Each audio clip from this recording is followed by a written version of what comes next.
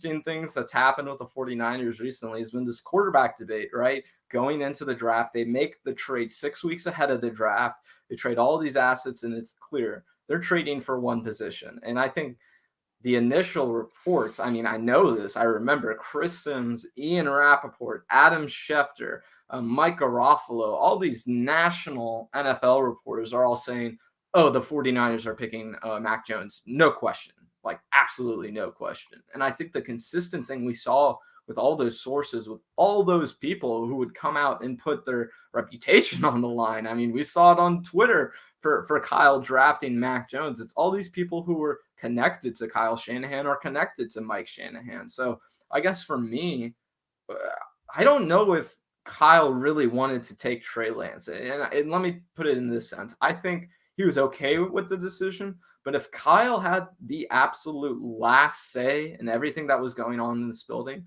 I think Mac Jones might be a 49er right now.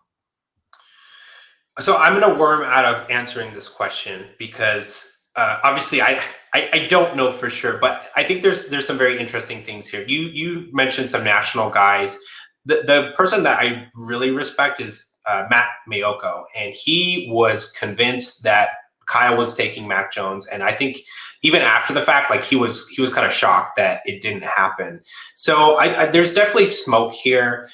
What I will say though is that again, and this kind of goes with the trades where we never really know or hear anything coming out of the 49ers building. They've really been tight-lipped since Balky left. And I think the same kind of goes with the draft too. I remember the year that they drafted Nick Bosa.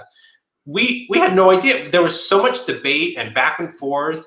And what was he, number 2 overall? I think he went. Absolutely. Yeah, he went 2nd overall. And I think the guy, I mean, I remember Quentin Williams, right? He was the defensive tackle who ended up getting drafted by the Jets. But hey, the 49ers took him out to, what was it, IHOP, right? So, I mean, that's got to change everything for the 49ers. And I'm sure just that alone changed the perspective of the team entirely about these draft prospects.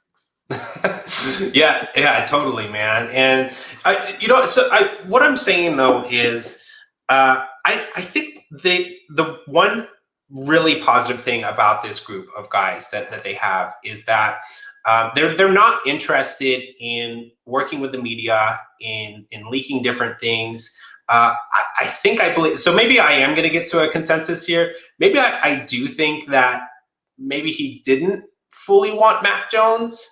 I think what might have happened is he had an idea in his head at the front of the process, whenever they started looking at quarterbacks, and Mac Jones was one of his top guys. But after he took in all of the information from his scouts, the people doing the analytics, after he did the research and the homework himself, it became more and more obvious to him over time that Trey Lance was the guy. This was someone special. They got to talk to him. Everything you hear about the guy, he's amazing. He's super smart. He understands the offense. He can talk that lingo. And I think it became obvious to him, and he was convinced over time that he was the guy. That's who they wanted. So I guess no is the answer to the question. I think the answer is no, which is unfortunate for me. Again, I have a McCorkle jersey at home. Not sure what to do with that exactly. Still, fingers crossed. I mean, he could get the Josh Rosen route and just kind of make his way around the league for a couple years and find his way back here. Or, hey, you can wait until the Patriots come and play the 49ers and wear your McCorkle jersey. I mean, I'm sure he would love that, And I think the thing that really set me off to go down this route and to think about this even more is that Monday press conference. I just can't get over that Monday before the draft when Kyle goes up there and says, I don't know who's going to be alive. And it looked like someone had just ran over his puppy and told him that he was going to be expelled from school for the rest of the semester.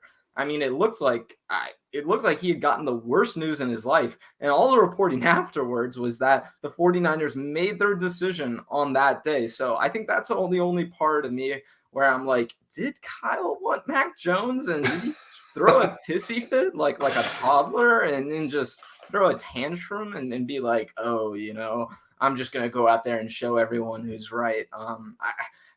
That just leaves me with a bad taste in my mouth. But I think ultimately I kind of came to the position that you arrived at, which is he heavily considered Mac.